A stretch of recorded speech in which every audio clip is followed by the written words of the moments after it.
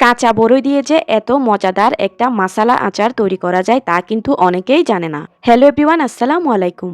আজকে আমি আপনাদের জন্য নিয়ে এসেছি কাঁচা বরইয়ের টকঝাল মিষ্টি মাসালা আচার বা কাঁচা বরইয়ের টকঝাল মিষ্টি গুল্লা আচারও বলতে পারেন। কাঁচা বরইয়ের এই মাসালা আচার বা গুল্লা আচারটা এত বেশি লোভনীয় যে কারো জিভে পানি আসতে বাধ্য। আচারটা যে একবার দেখবে সে কিন্তু আপনার পিছুই ছাড়বে না। আমি তো বলবো বরইয়ের সিজন শেষ হয়ে যাওয়ার আগেই আপনারা আচারটিকে বানিয়ে সারা বছরের জন্য সংরক্ষণ করে রেখে দিন। আশা করছি আমার আজকের এই রেসিপি আপনাদের সবার কাছে বেশ ভালো লাগবে। ভালো লাগলে কিন্তু ভিডিওতে অবশ্যই একটা লাইক দিয়ে দিবেন। তবে চলুন এবার তাহলে আর কথা না বাড়িয়ে আচারটা বানানো শুরু করি। আচারটা তৈরি করার জন্য এখানে আমি নিয়েছি 1 কেজি পরিমাণ কাঁচা পাকা বরই। বরইগুলোকে আমি অফ ক্যামেরায় ভালোভাবে পানির সাহায্যে ধুয়ে নিয়ে তারপর বরইয়ের বোটাগুলোকে ফেলে দিয়েছি। এখন আচারের মধ্যে দেওয়ার জন্য একটা স্পেশাল মশলা তৈরি করে নিব। সেজন্য চুলায় একটা প্যান লো হিটে বসিয়ে দিয়েছি। এবারে এই প্যানের মধ্যে দিয়ে দিচ্ছি 2 টেবিল চামচ পরিমাণ পাঁচফোড়ন, দিয়ে দিব 2 টেবিল চামচ পরিমাণ গোটা সরিষা, আর দিয়ে দিলাম 6 থেকে 7টার মতো গোটা শুকনো মরিচ। এখন এই সবগুলো মশলাকে আমি চুলার লো আঁচে ভেজে নিব। যখন মশলাগুলোর কালার এরকম হালকা একটু চেঞ্জ হয়ে যাবে আর মশলাগুলোর থেকে খুব সুন্দর একটা ফ্লেভার ছড়াবে, তখন বুঝে নিতে হবে যে মশলাগুলো ভেজে নেওয়া হয়ে গিয়েছে।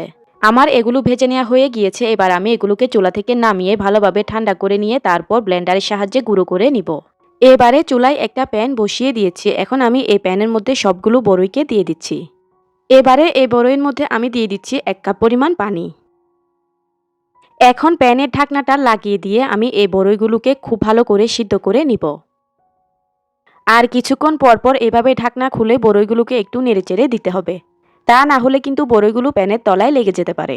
বরইগুলোকে নেড়েচেড়ে দিয়ে আমি আবারও ঢাকনাটা লাগিয়ে বরইগুলোকে এ পর্যায়ে একেবারে খুব ভালো করে সিদ্ধ করে নিব। তো এবারে আমি ফিরে এলাম বরইগুলো পুরোপুরি সিদ্ধ হয়ে যাওয়ার পর। দেখতেই পাচ্ছেন এখন কিন্তু সবগুলো বরই ভালোভাবে সিদ্ধ হয়ে একেবারে ফেটে গিয়েছে। এবারে আমি একটা ডালঘুটনির সাহায্যে বরইগুলোকে এভাবে একটু ঘুঁটে ম্যাশ করে নিব। তো দেখতেই পাচ্ছেন আমি কিন্তু বরইগুলোকে ভালোভাবে ঘুঁটে নিয়েছি। এবারে আমি চুলাটাকে বন্ধ করে দিয়ে এগুলোকে চুলা থেকে নামিয়ে এরকম একটা ছাঁকনিতে নিয়ে নিব। আর ছাঁকনির নিচে আমি এরকম একটা মিক্সিং বোল নিয়ে নিয়েছি। সিদ্ধ বরইগুলোকে আমি গরম থাকা অবস্থাতেই এই ছাঁকনির মধ্যে দিয়ে দিলাম। বরইগুলোকে ছেঁকে নেওয়ার জন্য চেষ্টা করবেন বড় ছিদ্রযুক্ত ছাঁকনি ব্যবহার করতে। তাহলে বরইয়ের পিউরিগুলো খুব সহজেই বের হবে। বরইগুলো ছেঁকে নেওয়ার এই কাজটা কিন্তু বরইগুলো গরম থাকা অবস্থাতেই করতে হবে, কারণ ঠান্ডা হলে কিন্তু এই বরইগুলো জমে যাবে। দেখতেই পাচ্ছেন আমি কিন্তু বরইগুলোকে ছেঁকে নিয়ে বরইয়ের পিউরিগুলোকে বের করে নিয়েছি। আর অবশিষ্ট পিউরিগুলোকে আপনারা এভাবে হাতের সাহায্যে একটু ডলে ডলে পিউরিগুলোকে বের করে নেবেন। আমি শেষ পর্যায়ে এভাবে ডলে ডলে ভালোভাবে পিউরিগুলোকে বের করে নিয়েছিলাম। বরইগুলোকে ছেঁকে নেওয়ার পর অবশিষ্ট এই যে বিচির অংশগুলো রয়ে গিয়েছে, এগুলোকে আপনারা ফেলে দিবেন না। এগুলোকে লবণ মরিচ চিনি দিয়ে মাখিয়ে খেতে পারবেন। সেভাবে এগুলোকে খেলে কিন্তু অসম্ভব ভালো লাগে। তো দেখুন এখন কিন্তু আমি সবগুলো বরইকে ভালোভাবে ছেঁকে নিয়ে বরইয়ের পিউরিগুলোকে বের করে নিয়েছি। এখন চুলায় একটা প্যান বসিয়ে এই প্যানের মধ্যে আমি দিয়ে দিচ্ছি মেজারমেন্ট কাপের 1 কাপ পরিমাণ সরিষার তেল। তেলটা গরম হয়ে এলে দিয়ে দিব 1/2 চা চামচ পরিমাণ পাঁচফোড়ন। এবারে দিয়ে দিব একটা তেজপাতা আর 1 টুকরা দারুচিনি। এবারে এগুলোকে 1 মিনিটের মতো একটু ভেজে নিব। এগুলোকে 1 মিনিটের মতো ভেজে নেওয়ার পর এবারে আমি দিয়ে দিব ছেঁকে রাখা বরইয়ের পিউরিগুলো। বরইয়ের পিউরিগুলোকে দিয়ে আমি এবারে তেলের সঙ্গে এগুলোকে 2 মিনিটের মতো একটু ভেজে নিব। এগুলোকে 2 মিনিটের মতো ভেজে নেওয়ার পর এখন দিয়ে দিব 1/2 চা চামচ পরিমাণ হলুদের গুঁড়া, দিয়ে দিব 1 চা চামচ পরিমাণ মরিচের গুঁড়া, দিয়ে দিব 1 চা চামচ পরিমাণ লবণ। আগে থেকে যে মশলাটা গুঁড়ো করে রেখেছিলাম সেখান থেকে আমি অর্ধেকটা পরিমাণ মশলা এ পর্যায়ে দিয়ে দিচ্ছি। আর বাকি অর্ধেকটা পরিমাণ মশলা আমি আচার হওয়ার শেষের দিকে ব্যবহার করব। মিষ্টির জন্য দিয়ে দিব এ পর্যায়ে 1 কাপ পরিমাণ চিনি। তবে আপনারা চাইলে চিনির পরিবর্তে গুড়টাও দিতে পারবেন। এবারে সবকিছুকে স্প্যাচুলার সাহায্যে ভালোভাবে নেড়েচেড়ে মিশিয়ে দিতে হবে। সবকিছুকে ভালোভাবে নেড়েচেড়ে মিশিয়ে দেওয়া হয়ে গেলে এখন আমি এগুলোকে এরকম ঢাকনা খোলা অবস্থায় চুলার আঁচটাকে মিডিয়াম হিটে রেখে জাল করতে থাকবো। এই আচারটা তৈরি করার সময় চুলার আঁচটাকে কিন্তু কোনোভাবে বাড়িয়ে দিয়ে আচারটাকে তৈরি করা যাবে না, কারণ আচারটা যদি একবার প্যানের তলায় লেগে যায় তাহলে কিন্তু আচারের স্বাদ পুরোই নষ্ট হয়ে যাবে। আচারটাকে এভাবে করে কিছুক্ষণ জাল করার পর দেখতেই পাচ্ছেন এই পর্যায়ে কিন্তু আচারটার কালার আস্তে আস্তে চেঞ্জ হচ্ছে। আচারটাকে জাল করার সময় কিছুক্ষণ পরপর এভাবে নেড়েচেড়ে দিতে হবে। তা না হলে কিন্তু আচারটা খুব দ্রুত প্যানের তলায় ধরে যাবে। আরও কিছুক্ষণ জাল করার পর দেখুন এ পর্যায়ে কিন্তু আচারটা আরও কিছুটা গাঢ় হয়েছে। তো আচারটা এই অবস্থায় চলে আসলে এখন আমি দিয়ে দিব 2 টেবিল চামচ পরিমাণ হোয়াইট ভিনেগার বা সিরকা। এই সিরকা বা ভিনেগারটা আপনারা যে কোনো মুদির দোকানে পেয়ে যাবেন। ভিনেগার দিলে আচারগুলো প্রায় 1 থেকে 1.5 বছর পর্যন্ত ভালো থাকবে। এবারে দিয়ে দিব আগের থেকে গুঁড়ো করে রাখা বাকি অর্ধেকটা মশলা। এখন দিয়ে দিব 1 চা চামচ পরিমাণ বিট লবণ। তবে এটি সম্পূর্ণ অপশনাল, হাতের কাছে না থাকলে না দিলেও চলবে। বিট লবণটা দিতে পারলে আচারের স্বাদ একটু বেশি হয়। সব কিছুকে আমি স্প্যাচুলার সাহায্যে নেড়েচেড়ে ভালোভাবে আচারের সঙ্গে মিশিয়ে দিচ্ছি।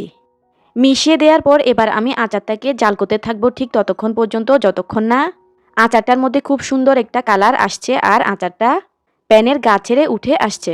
এভাবে জাল করার সময় কিছুক্ষণ পরপর অবশ্যই নেড়েচেড়ে দিতে হবে। আচারের মশলাটা দেওয়ার পর কিন্তু খুব দ্রুত আচারের কালারটা এরকম চেঞ্জ হতে থাকবে। দেখতেই পাচ্ছেন এই পর্যায়ে কিন্তু আচারের কালারটা অনেকটাই চেঞ্জ হয়ে গিয়েছে। আচারটার মধ্যে সবার শেষে আমি দিয়ে দিব আরও 2 টেবিল চামচ পরিমাণ সরিষার তেল। এই শেষ পর্যায়ে আচারটার মধ্যে সরিষার তেল দিলে আচারটা খুব দ্রুত প্যানের গা ছেড়ে উঠে আসবে। তো আমি সরিষার তেলটাকে আচারের সঙ্গে ভালোভাবে নেড়েচেড়ে মিশিয়ে দিচ্ছি।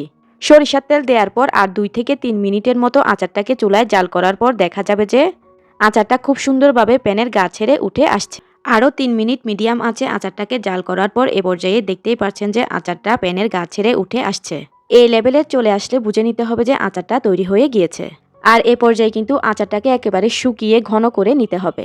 তো আমার আচারটা তৈরি হয়ে গিয়েছে। এবার আমি এই আচারটাকে চুলা থেকে নামিয়ে খুব ভালো করে ঠান্ডা করে নিব। আচারটাকে খুব ভালো করে ঠান্ডা করে নিতে হবে, তা না হলে কিন্তু আচারটাকে গোল্লা আচার তৈরি করা যাবে না। তো এখন কিন্তু আমি আচারটাকে ফ্যানের নিচে রেখে খুব ভালো করে ঠান্ডা করে নিয়েছি। এবারে এখান থেকে আমি একটা চামচের সাহায্যে অল্প পরিমাণে আচার নিয়ে হাতের সাহায্যে এভাবে ঘুরিয়ে আচারটাকে গোল বল তৈরি করে নিব। দেখতেই পাচ্ছেন এখন কিন্তু আমি আচারের একটা গোল্লা তৈরি করে নিয়েছি। তো একইভাবে আমি বাকি সবগুলো আচার দিয়ে এভাবে গোল্লা তৈরি করে নিব। এখন কিন্তু দেখতেই পাচ্ছেন আমি সবগুলো আচার দিয়ে এভাবে গোল্লা তৈরি করে নিয়েছি। আচারগুলোর কালার কতটা সুন্দর এসেছে আপনারা দেখে নিশ্চয়ই বুঝতেই পারছেন। আপনারা চাইলে আচারটাকে এভাবেই রেখে দিতে পারেন।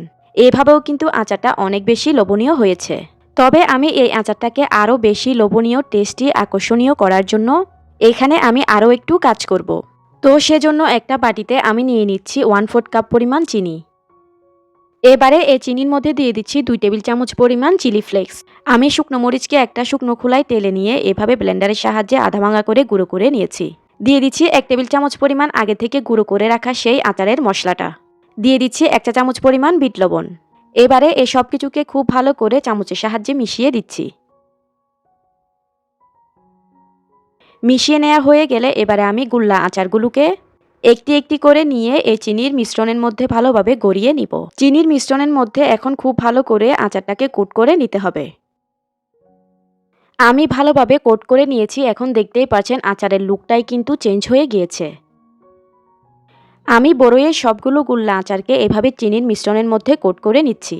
এই আচারটাকে এভাবে চিনি আর মশলার মিশ্রণের মধ্যে কোট করে নেওয়ার কারণেই কিন্তু এই আচারটার নাম হয়েছে কাঁচা বড়ইয়ের টকঝাল মিষ্টি মাসালা আচার। এটা কোনো সাধারণ আচার না, এটা হলো ম্যাজিক আচার।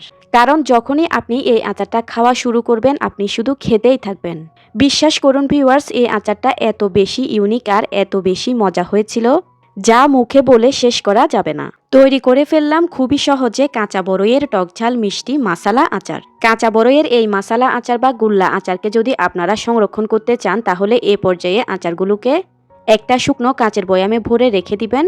তাহলে আচারগুলোকে 1 থেকে 1.5 বছর পর্যন্ত সংরক্ষণ করে রেখে খেতে পারবেন। তো বরাবরের মতোই আমি আশা করছি আমার আজকের এই ইউনিক কাঁচা বড়ই দিয়ে তৈরি মাসালা আচারের রেসিপিটা আপনাদের সবার কাছে বেশ ভালো লেগেছে। ভালো লেগে থাকলে কিন্তু ভিডিওতে অবশ্যই লাইক দিয়ে ভিডিওটি আপনাদের ফ্রেন্ডস এন্ড ফ্যামিলির মাঝে বেশি বেশি শেয়ার করে দিবেন। সবাই অনেক বেশি ভালো থাকবেন। এতক্ষণ সঙ্গে থাকার জন্য সবাইকে অসংখ্য ধন্যবাদ জানিয়ে আমি তাহলে আজকে এখানেই বিদায় নিয়ে নিচ্ছি। আল্লাহ হাফেজ।